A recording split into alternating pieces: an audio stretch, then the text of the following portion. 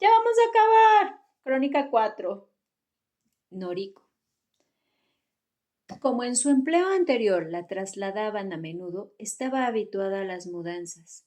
Estaba desempaquetando ordenadamente el contenido de las cajas de cartón, artículos de primera necesidad. Cuando había vaciado 2 o 3 cajas, las aplastaba con el fin de liberar espacio para seguir desembalando. De hecho, no había muchos bultos, ya que tenía la costumbre de no adquirir más muebles ni más enseres de los necesarios. De la caja de cartón que acababa de abrir, sacó un reloj de pared. Las agujas marcaban unos minutos pasadas las 12. Como no había aparecido todavía el gancho para colgar el reloj, lo dejó sobre el sofá de la sala de estar. Cada vez que desembalaba tras una mudanza, pensaba que en la próxima ocasión metería el gancho junto al reloj. Pero eso siempre se le olvidaba.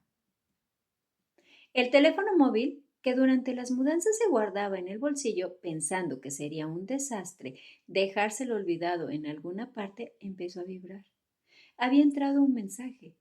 Se lo enviaba Satoru Miyawaki, lo que para ella, Noriko Kashima, equivalía a decir su sobrino, el hijo de su hermana mayor, el que dejó al morir y que se apellidaba Miyawaki, porque este era el apellido del marido de su hermana. Lo siento, ponía en el asunto junto a un gracioso emoticono. Noriko nunca usaba emoticonos.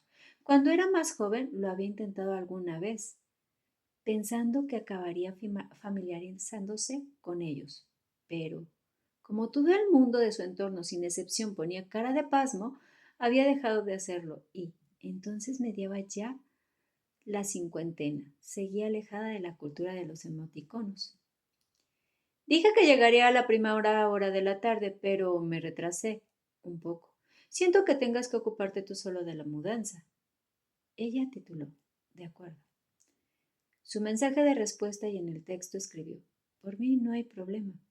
Conduce con cuidado. Y lo envió. Una vez enviado, lo asaltó una preocupación. ¿No había sido demasiado brusca? Y si a él le daba la impresión de que estaba enfadada por el retraso y el mensaje era muy frío.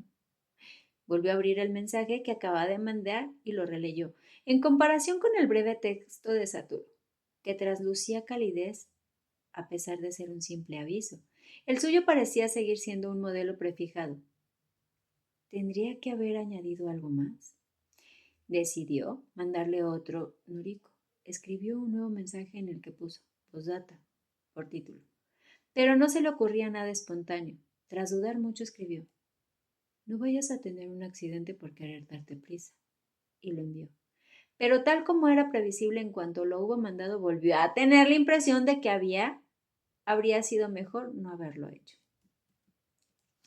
Aventuró un tercer mensaje para intentar subsanar los anteriores. En postdata 2 escribió: me preocupa que corras demasiado por tratar de llegar a la hora.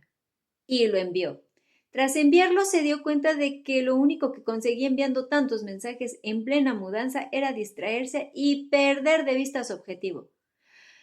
Ay, se deprimió. Enseguida llegó otro mensaje a su móvil. Era de Satoru. En el asunto parecía: ja, ja, ja, ja, ja. Al ver aquel título de significado inconfundible, se tranquilizó.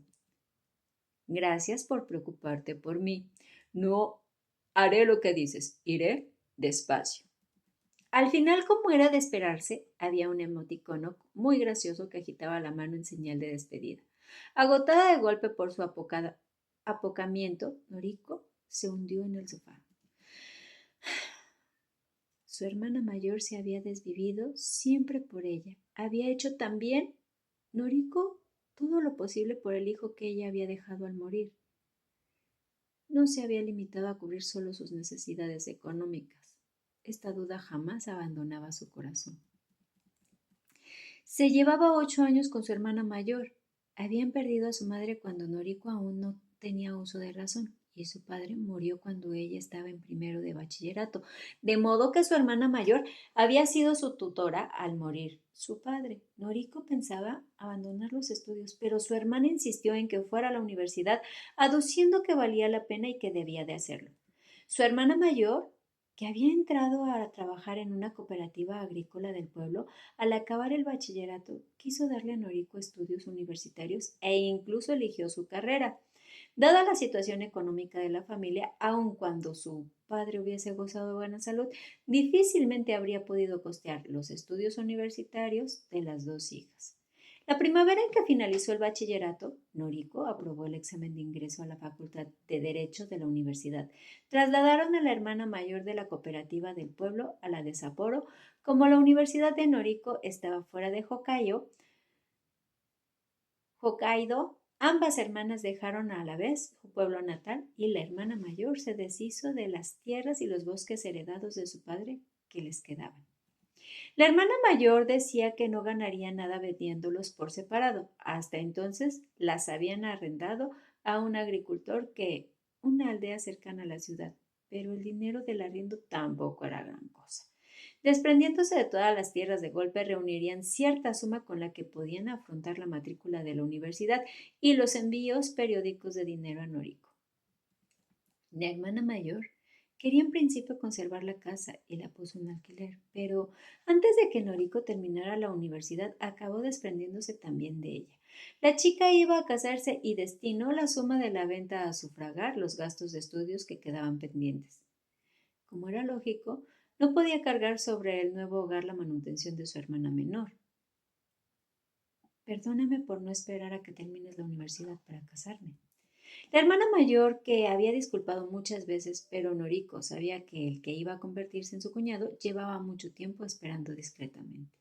La proposición de matrimonio se había adelantado debido a que, por imperativos de su trabajo, tenía que dejar Hokkaido. Esa era la razón oficial, pero había otra que no quería divulgar. La familia de su cuñado se oponía a que se casara con una joven que, además de no tener padres, mantenía a su hermana. El cuñado de Noriko pertenecía a una familia adinerada que había llegado a la conclusión de que aquella chica que vivía con estrecheces solo buscaba la fortuna del novio. La familia había buscado muchas novias para su hijo, con el fin de separarlo de la hermana mayor de Noriko, y la realidad era que la pareja no podía soportar más tanta presión. Por suerte, su cuñado no era persona que cediera a los designios de su familia y no acabó dejando a su hermana. Noriko le estaba agradecida y jamás se le pasó por la cabeza ponerse a la boda.